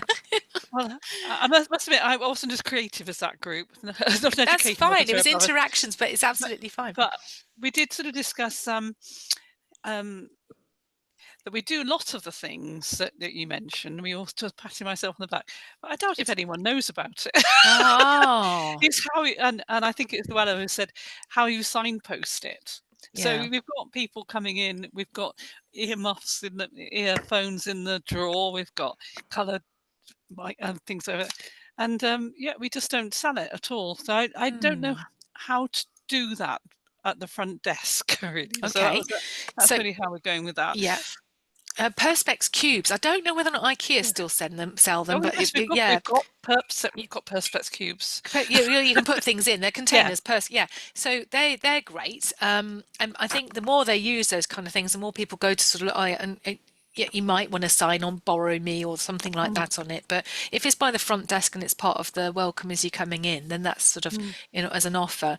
If I told you I did a 2-hour training session for museums up in Scotland on sensory backpacks, it was over it was a longitudinal thing. I did I worked with these group of museums for a period of time, and then one of them said, do you know, went into the museum and discovered 2 years ago we made these amazing backpacks and they've just been sat in the cupboard and nobody knew they were there. So it happens, so don't feel bad. So that's fine, it happens. And those were backpacks. Someone went to the course and did it. Yeah, they weren't small things in a drawer, they were in a massive cupboard, but no one knew how to use them. And that, I think, is a really important thing. It's the confidence on how to use it. So people, you'll find the volunteers or even not volunteers, staff will come in and go, and particularly if you've got a high turnover of the training, it just gets missed off the training. So remembering that, actually signposting, but actually saying, here's how we do it. So you might want a little laminated, you'll have spotted I should be sponsored by the people that make laminates, but a laminated, told not to have it, but but it's reusable, so in the long term. I went to got a secret one from IKEA. Well, just say Sam said you have to have it, that's fine. But as in terms of just a list of prompts of what to do, and it might be, here's some ideas, or suggest this. So the coloured overlays, were you just about to talk about coloured overlays? Have you got the coloured acetate type? No, I just like magnifying glasses and things like that. Yeah, magnifying glasses. I think you showed those, so you can. Yeah, magnifying glasses, binoculars, torches sometimes, because sometimes people have really quite deep cases that are quite dark. It's like, how do you see into the dark cases? So, I mean, a great way is packaging these things together in a backpack, and then, well, you've got the backpack, but then of course once that's gone out, it's gone out, and then there's logistics on how do you lend it out. But certainly having things either, in gallery, if you've got a gallery, members of staff that are in gallery to be able to sort of lend these things out, or even just whilst they're in the gallery and take them back. We have got them in the baskets, which is quite, that works. But, well, maybe it might be reminding staff, and if there's any opportunity, sometimes people groan at me saying this, but if there's any opportunity to pop it on your website, to go on your access pages, by the way, we also have this, please ask us. So then you are putting that out there. And photograph is always really, really super useful. If you're going to update a web page, you might as well pop a photograph of what you've got as an example. So that's brilliant. Thank you. We better move on to Emma, because I'm mindful of time. Thank you for that, though, Melissa and Amy. We're a bit stuck on this one. Because we already do things like trails, and we've got smelly boxes, we've got Roman mosaics, and that sort of thing that any child of any ability can play with and use. I think we were looking at more sort of interacting with say pictures, like strike a pose like this picture, or next to a case, can you find this sort of object, that sort of thing. That's it. Did that feel doable? I mean, it's just remembering to do these things. It's a different way of working, isn't it? But it is. Everybody feel comfortable doing that? Great. Okay, well, that's all we're done then. That's really good. It's just remembering, isn't it? And I think sometimes, particularly, it's that engagement side of things, to think, actually I could suggest this, and how that gets received. It might not always land well, but it might. And remembering that the families we're talking about, there will be grown-ups going around with the children, the young children, just giving them some prompts. Come over here and have a look at this. It's about making things exciting, isn't it? And can you discover? So as JJ said about, it's a sense of freedom that I get. Also the sense of ownership of the storyline, but also, oh, I was trying to find, somebody told me this thing was in this case and I can't see it. Can you see it? You know, that kind of line can really work sometimes for some. Yeah, I can see it. It's over there. Oh, wow. What else can you see? So it's kind of, you know, teach you to suck eggs because you obviously already really engage and know well, but sometimes somebody just needs a bit like, I guess it's reading the room in terms of what each family and each young person is going to want. But when you see somebody really disengaged, is thinking, okay, how can they be engaged? Because I truly believe everybody can be engaged in a museum if it speaks to them. But you've got to make it relevant to everybody, haven't you? You've got to find them somehow in the painting. So it might be a portrait, pretty boring really, of some old dude that you're never going to meet from 200-300 years ago, nothing in common with them. But actually, what do they have for breakfast? Or what would you wear if you had somebody who was going to, you've got to sit there for 4 hours while you have a painting painted? What's your best clothes, for instance? So putting yourself in the role of the person that's in the painting is a really is just an example of that. Right, I'm just going to quickly go back and share the last. Thank you for doing that. I hope, and do keep doing those kind of activities as well. I'm just going to share the last of the slides because I did promise you we would look as well. I think I promised you. I suggest that you have specialist autism training. We're going to jump straight into this. So sorry, I should have a lead up to that. Some of the when I've done training before, some of the areas of this subject that people feel perhaps a little bit nervous about or uncomfortable about is the meltdown and behaviour. So behaviour that might be sometimes what would be considered challenging to some people maybe. And it isn't necessarily always autism, but autism is an area that some people who are not familiar with it can feel a bit nervous about, particularly in front of house sort of roles and how to manage situations in the right way. So I do a whole other training session, which is front of house that does that particularly, but I would suggest that you actually get specialist autism training. And Emily Ellsworth so it's Emily Autism is the go-to person that I suggest. However, we just got a couple of slides to really have just a really brief overview. So it's behaviour and myth busting. So I took the slide from the Autism Dad. There are plenty of other sort of influences out there, but I really liked his. He very clearly just puts the definition of what a meltdown is, and it is a term that is used. It's an official term. It's not a condescending term. It's a term that parents will use. So autism is easily among the most misunderstood of all of the human conditions, and among the most misunderstood thing about autism is the meltdown. So here's what he says about meltdowns. They are not a disciplinary problem. They are not an indication of bad parenting. They are not an indication of a misbehaving child, and they are not within the child's control. They are a result of overstimulation, and when I mean overstimulation, it's all of the sensory stimulation that's bombarding them. So there'll be sounds, smells, light, movement, people's energy even, whether or not somebody's speaking loudly or not, and the crowdiness of the room, how many people are in the room, all of these things is just the inability to be able to filter those out and focus, narrow down. So they are a result of that, but they are the body's way of purging. So unless you have neurodivergence and autism, you're usually able to filter things out and it not in a way that you don't get overwhelmed. But autistic people aren't necessarily, don't have that ability to do so. So the meltdown is a way of actually getting rid of that overwhelming feeling. They are very common in people with autism or autistic people, but actually I would say I've also seen it in other groups of people, and they're easily confused with tantrums, but they're not. The problem is when a child is quite young, it becomes more questionable as to whether or not somebody thinks that they're having a tantrum or not, but you really do need to just go with what the parent is saying. So here's some top tips on how to manage the situation. Apologies again that this black bar, it doesn't seem to be going, does it?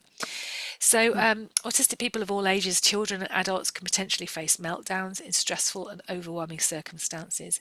So here's some of the things that we can suggest. Keeping a cool head. So if you begin to becoming across as panicked or frazzled by the situation, it's likely to be picked up on by the child or the young person having the meltdown. Sorry, Melissa, can I just ask you to mute? Oh, I'll put you on mute. There you go. Speak to the parent or carer or the adult. I just say the adult because it might be in a school group as well, just to reassure them and say that you're there to help. And you can ask what's causing this distress of the young person, child or young person, just because you might be able to actually mitigate that. So for instance, if you go into a gallery and you may have a motion sensor thing that sparks off a sound of Oh gosh, I've been to places that sparks off the sounds of air raids. I mean, that's pretty triggering, isn't it?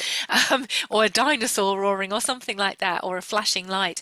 That's something you can actually physically go and switch off if the person said that's what's done it and it's a problem because it's still making the noise. Listen to what the adult is saying might need to help to make the child feel calmer. So for instance, do you have ear defenders that you can just go and grab, or blankets maybe, or certain objects that can offer sensory relief to lessen the meltdown? So if you remember, the example I gave you is that I offered the giraffe glove puppet. That is exactly what happened.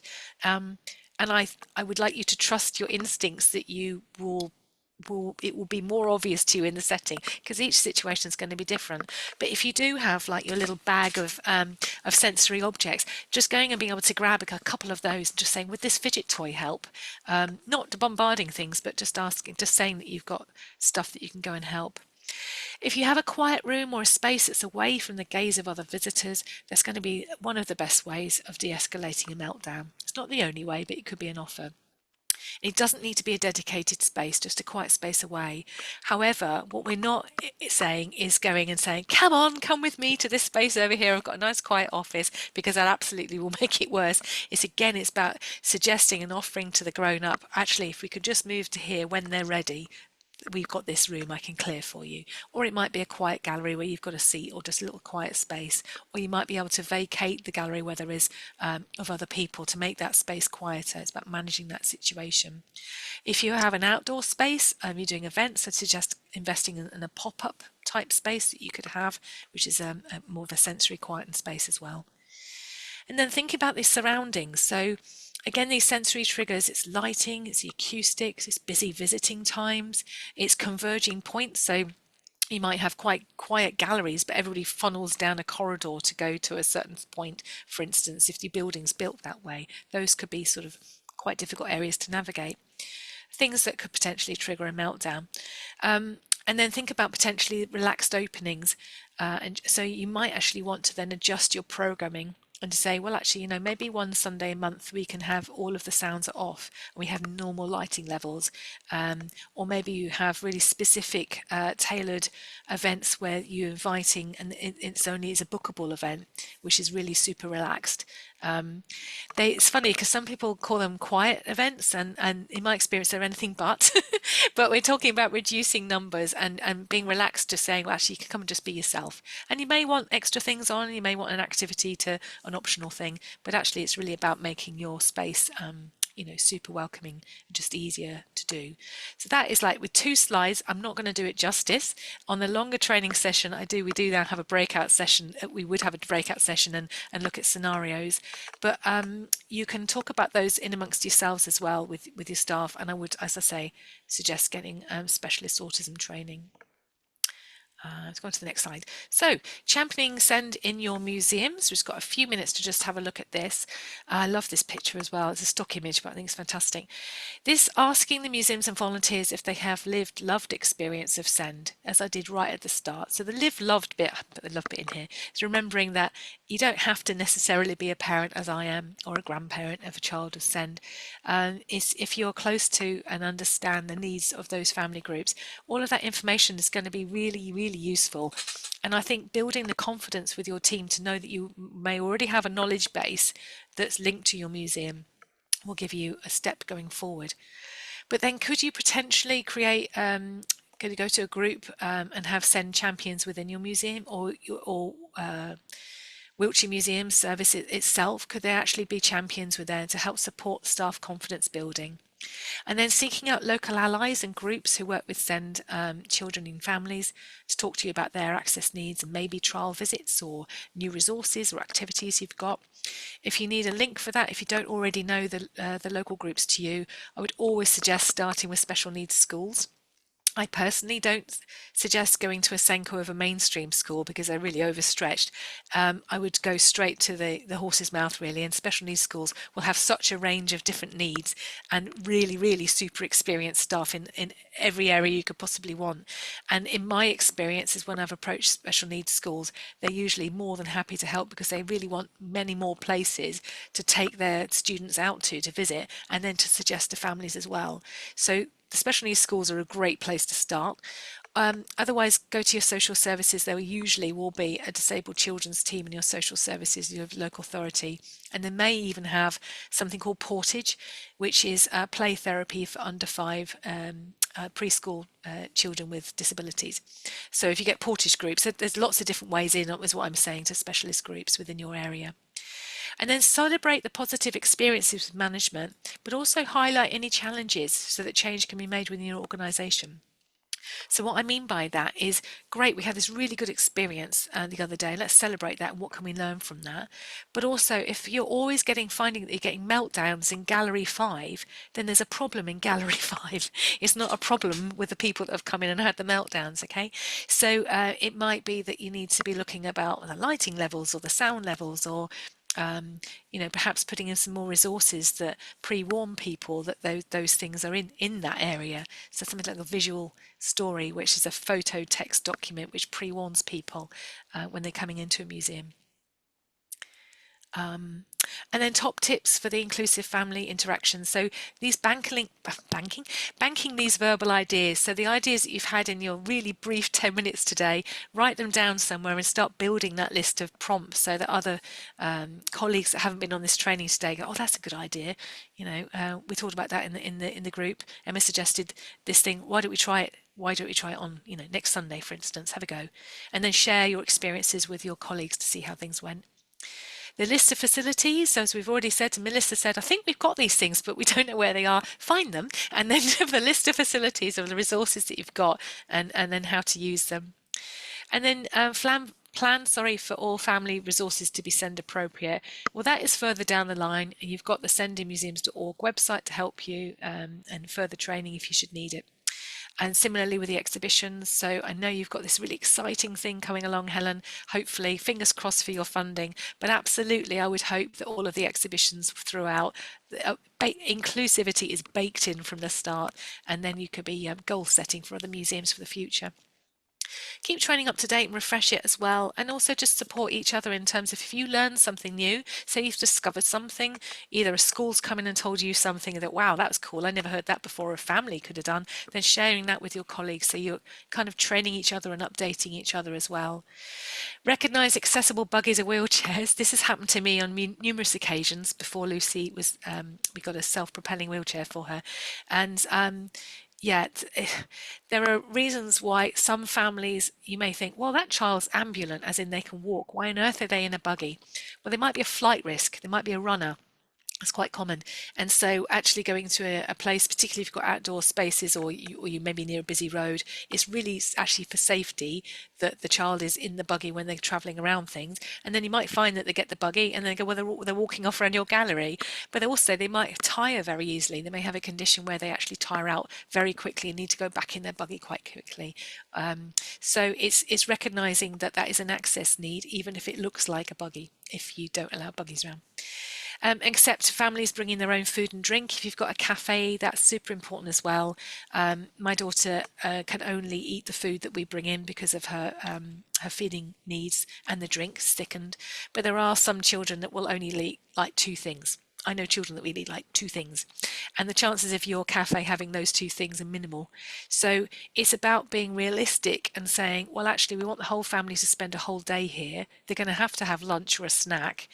Mum and dad or the family, the rest of the grown-ups will have their lunch and their hot drinks or whatever. It's absolutely fine, isn't it, if the young person who can't eat what we've got eats, what they've brought with them. And looking at the ticketing as well, and so carer tickets are usually free carer tickets are really key. But also, if you are fee charging, do you buy a ticket once and can you come back as many times as you like in the year? That's quite common. What happens if you bought a ticket and you need to leave within 10-20 minutes because your child's had a medical or emotional emergency? Do you give them the money back, or do you qualify that ticket for another comeback a few times in the next few months? Just thinking about those kind of reasonable adjustments, and then obviously smile and be welcoming, as I'm sure you all would be. So we've got some further information there, but I'm going to stop sharing. We've just gone over by 2 minutes. Apologies for that. Are there any questions at all or comments that you'd like to make just before we pause for today? You're nonplussed. Remember, this session's been recorded, and you'll get copies of the slides as well, and all the links and everything so you can watch. Thank you, Sam.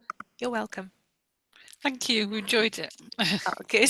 Oh, lovely, Cheney. I saw that. Thank you. Top marks. That's brilliant. Well, I wish you all the luck, and hope to see you again another time on another training session. I think Oh, Amy's sorry. got Hi, a Amy. I thought you were question. saying goodbye. Fine. Hi, No, Amy. sorry, I didn't like to interrupt you. No, I do. just have one quick, well, I say it's a quick question, it might be too big a question. It's fine. You said about, right, I think it was right at the beginning, about visitors and the way they behave around families with SEND. And I just wondered whether you had any advice for that. I mean, I have an almost 2-year-old, and he had an absolute meltdown going around the entirety of Osborne House. And I was very aware of the fact that I was getting tuts and looks at, and that's just with a 2-year-old without additional needs.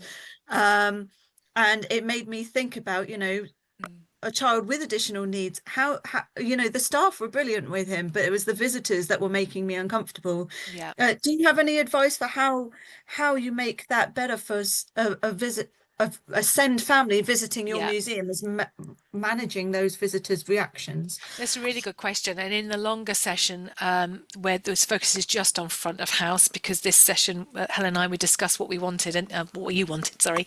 So I took that case study thing out. So we have case study, sorry, scenario settings, and that is one of the settings. And it's really interesting actually hearing what some people say. So the scenario is another visitor loudly complains to their friend about behaviour of a SEND child. What do you do? That's the scenario. And I'll give you some of the feedback that's come back. The more modelled feedback, should I say, is to go to those people who are actually, it depends whether or not the young person or the family's heard is one thing, but to go to them and just say, actually, everybody's welcome here. It's really super important that all of your staff know what your statement, your organisation statement is on that, so they feel backed up by that. And that's come out quite a lot, that people go, I know what my organisation statement is on access and inclusion, and I can hold hand on heart go, this place says this. And so that helps you feel like that. Perhaps you'd like to come back at a quieter time, or would you like to go to the gallery? But everybody is welcome. So the bottom line is that, but saying it in a way that's not now get out, which is what one person said once. They said, I would tell them to leave and never come back. I was like, I think we're probably somewhere between. That's one end of things, because there is all customer service and that. But it's also then, do you lean them back in, depending on, it's variable, isn't it? Depending. So if somebody had leaned back into you at that point, for instance, and said, and helped you to engage, or gave you something that might say, actually, would your kid enjoy this cuddly toy, this sensory backpack, this book, this trail, whatever, so that you felt a bit more nurtured as a visitor as well. So there's a two-way thing. It's about dealing with the behavior of the person that's complained and said, well, actually, no, we are a very welcoming organisation. Now, Osborne House is National Trust, isn't it? English Heritage. Oh, well, even so, either of those two, I know what their party line is, and it's absolutely everybody's welcome. So but you know, why should you have to go to a member of staff? If a member of staff had heard that, I would have, or seen that you were anxious, I would have hoped that they would be on it and dealing with it, so that you're not anxious anymore. But it does rather kind of depend on whether or not it's happened in front of a member of staff, doesn't it? But the party line is that everybody is welcome in an organisation's, to a visit.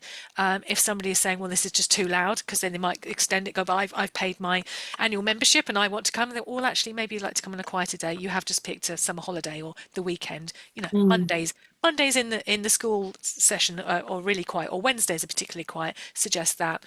And then also, can you then offer, inclusion is about everybody being there at the same time, right, and getting an equitable experience. However, I am also very pro additional resources and programming that supports people to come and be who they really want, because also there are some families that go, do you know what, I just don't want to risk that. I want a day where I can come and be me, or my child can come and be them. And that's when it comes into your programming. So you may have, like, I don't know, I hope it's not just, there's an inclusive programming in central London at 8 till 9 in the morning on a Monday. that's not inclusive, but they think they can tick a box. So at least go with real, just a genuine love of the thing if you're going to do it, and say, one Sunday every month or something, and then make that really obvious to everybody, really sort of public. So again, don't call it quiet, because you're going to be getting the person who wants to come for their little quiet visit and discovering it's not quiet, it's relaxed, it's about being sort of, make that really obvious. So programming can come into there. That's a kind of a later on type thing. The immediate thing you're talking about is how you actually interact with individuals. And if you remember that 42% from the ecclesiastical and the 40% from the kids in museums, both of those reference the fact of the visitor welcome, and it is not just staff, but staff model best behaviour. I mean, that's another way of doing it, being very clear in your behaviour as a member of staff, really leaning in and welcoming and going, and maybe joining in some of the noise, really, maybe actually going with that family and being. If somebody had come with you and managed to sort of engage and play and run around and the rest of it, I wonder whether or not the other visitors would have went, oh, okay, well, that's where they're going now. And it isn't for everybody. It really isn't for everybody. Traditional museum visitors may still think, why is that kid running around the museum? I know it. That's why I have to do this as advocacy all the time. But luckily, I think the staff on museums in the sector, we have mostly turned most people around now to understand, and the statistics speak for themselves, but also the law does. So if you really had a really heated conversation, go, they legally have a right to be here, and I'm very proud to support that. That's it. I mean, I think you'd have a really dyed-in-the-wool sort of complainer that went on and complained about that, wouldn't you? So it's a shame. It's a shame it happens, and I'm sorry. Sorry that it does. But thank you for. No, thank you. Yeah, and I worked in a museum where a lady complained to me that children were even in the museum. Oh yes. Kids in Museums started, sorry, you may already know this, there's a fabulous woman called Dee Burkett who is now, I got an email from her the other day, she works in a circus and it's signed off Ringmaster. How cool is that on the bottom of her email? Anyway, she set up Kids in Museums, oh gosh, about, I don't know, is it 15, 20 years ago? Might be longer than that, I don't know, I can't remember how old they are, because she'd gone to a very large National Museum in London and been asked to leave because her son, I think, had shouted at a statue. He'd made noise, and so we were asked to leave, and she set up Kids in Museums, which is now, as you know, a very nationally well-known sector support organisation. So kids are part of, it's their culture too. They actually have a legal right to access culture, so we should be celebrating that. And the museum object, I've never met a museum object complain. Have you? So thank you for asking that. Thanks for asking all your questions. And if any questions come up after the training, or there's anything you'd like some reassurance with, then please do field emails. Oh, hello. Please do field emails